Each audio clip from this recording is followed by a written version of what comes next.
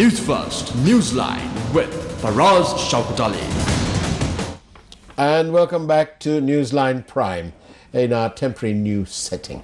Now we're joined here by Mr. Vidura Wickramanayaka, who's fought his way through traffic, and he's here. He's fought his way over traffic, by the way, including that major bridge, you know, the one I mean, the Rajagiri flyover. So I don't think it's made much difference. But anyway, he's right here with us. Mr. Vidura Wickramanayaka, very good evening to you, sir. Very good evening, Faraz. How are things? How are you? How are you doing? Well, I'm wondering, and because we were going to discuss the Nolan principles, and we gave some, we've been on air for 15 minutes, we're discussing that with the head of our English news, and one question that's come through asks us, do you think that our politicians know what the Nolan principles mean? The politicians, when you say the parliamentarians, let's focus on them. Let's take the 225, including you. Yes. Maybe 99% they don't know. They don't know. Yes. I wonder if we could have the Nolan principles up on the screen. Let's see if it comes up on the screen. But they were selflessness, integrity, objectivity, accountability, and openness, honesty, and leadership. In terms of accountability, holders of public office are accountable to the public for their decisions and actions and must submit themselves to the scrutiny necessary to ensure this happens. Does any of this happen? I'm trying to apply this bit about accountability, item 4 of the Nolan principles, trying to see whether that applies to the perpetrators of what happened in the Bondgate matter. Yes, Faraz, now in total we have these all set of principles. Yeah. And tell me, you and I have been living in this country, forget about the past, but since 2015, January 8th. Yeah. What principle did apply for our leaders and for the parliament of all this? Well, I don't see selflessness, which is holders of public office should act solely in terms of the public interest. Yes. That's a bit of a joke, because there's nobody who's interested in the public interest. They are all apparently, or the majority are interested in themselves and their personal agendas and personal well-being. But integrity says holders of public office must avoid placing themselves under any obligation that might try inappropriately to influence them in their work. They should not act or take decisions in order to gain financial or other material benefit for themselves, their family, or their friends. They must declare and resolve any interests and relationships. Has it happened? No, I'm still waiting for Mr. Kirialla to release details of his 400 million he said he's got in, assets or whatever in the bank.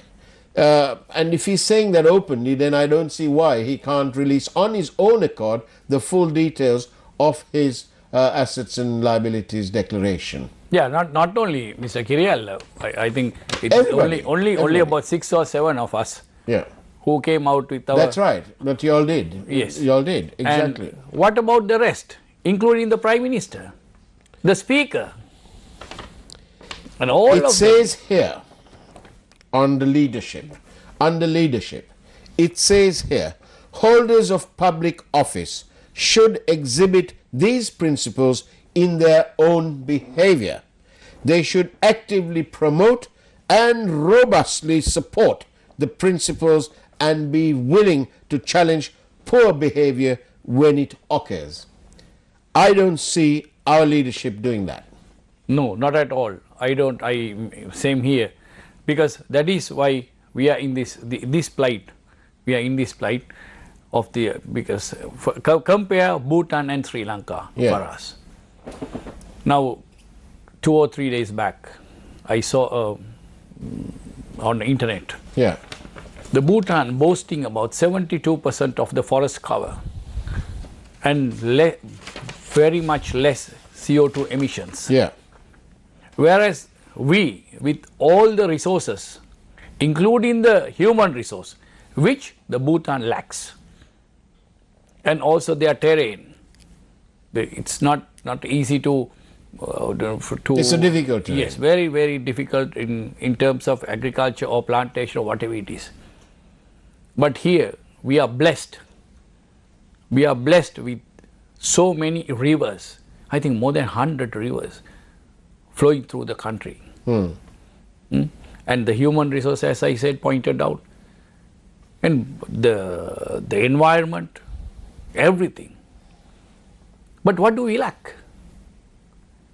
We lack a clear leadership and accountability, as you said. Yes. And all those things, plus the commitment. Commitment is the most important thing, that we should be committed to certain objectives through the objectives, plan of action and implementation. We don't have it. We don't have it. As you pointed out, it is only for the personal benefits that we are thriving for. You know, post 21/4, the events of 21st of April, the leisure, the tourism industry has been very badly hit. Yes. Entrepreneurs have expended, corporate and individual entrepreneurs have invested millions of US dollars in tourism related assets. Thousands of people work in the industry. 180,000 people work directly in the hotel industry. The Colombo hotels, and I had Mr. Sanath Quatta earlier on the radio program, he told me that the average service charge in the Colombo hotels, the average is around between 40 and 50,000 rupees a month. Now, post 21/4, that money is simply not in the economy. Around between 4 and 5 billion rupees is out of the economy. Now, there are so many suppliers of vegetables and so on and so forth to these hotels. What about this 180,000 people who work there? They've got their own financial arrangements. That 40 or 50,000 rupees is much more than their very low basic salary. And so that 40, 50,000 is spoken for. But they didn't find that in the pay packet at the end of May. A few days ago, they didn't find that. Now, this is the Vedanava, if you like, of the public. But instead of addressing these issues, and you know, they say, well, we've done a moratorium, but we spoke to some people, it hasn't filtered down to the local bank level, the bank manager level. And we feel that instead of that, in between all this, I saw a report that 194 million rupees been spent on a couple of cars for some ministerial something or other. Honestly, the timing couldn't be more terrible than that. What's going on, Mr. Vidura? What's going on? This is a very pathetic situation, the country. Now, you were mentioning about the post 21/4. Yes. For us, we had all the information by the other intelligence agencies that there could be something of this nature happen in our country. But did we take any account of it?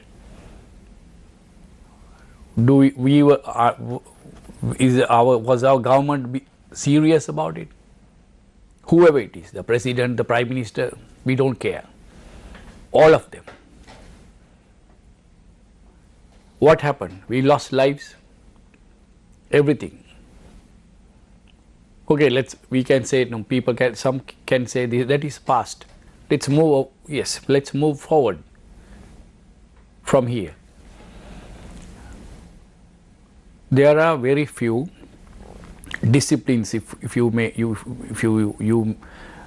let me put it that way, few disciplines. One is the tourism.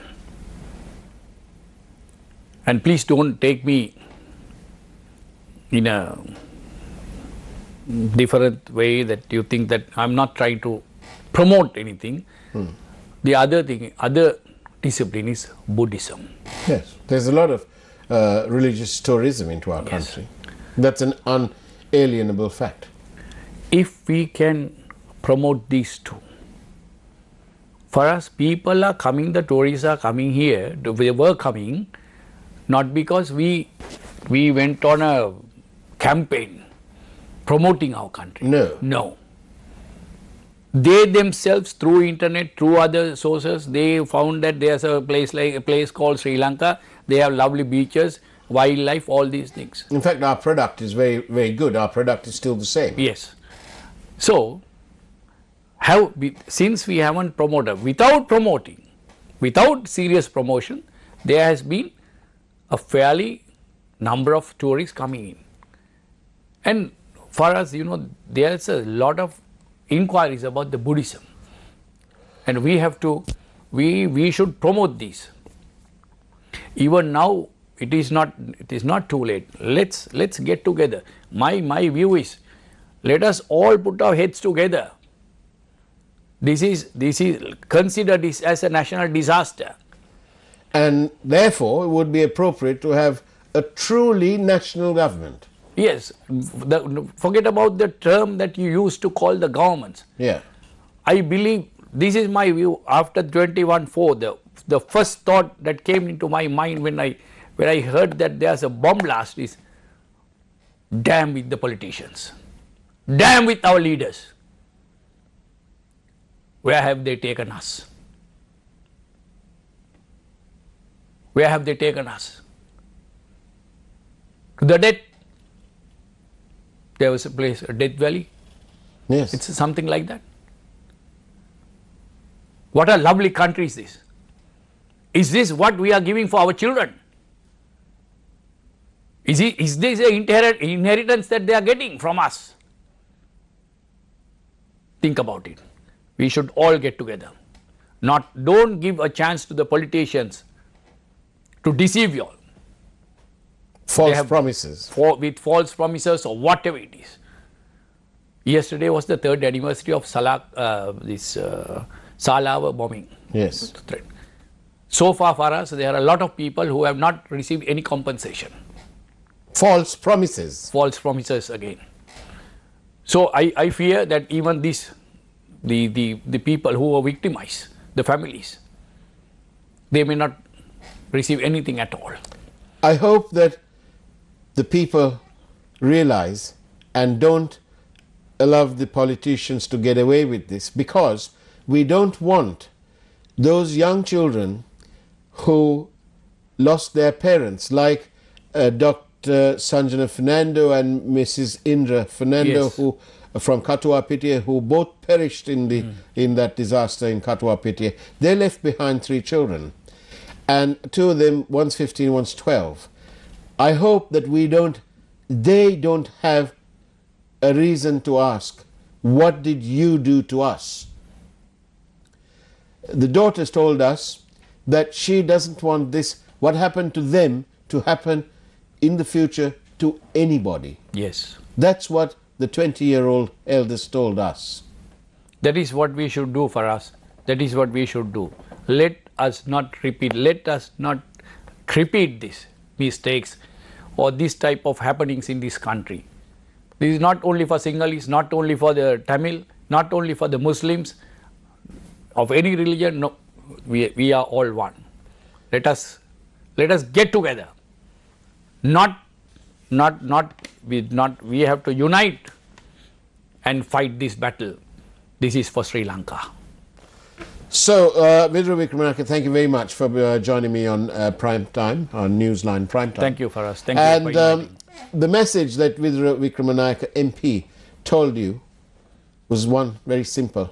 Don't let the politicians deceive you, the people. Take care, have a great evening, and of course, God bless you.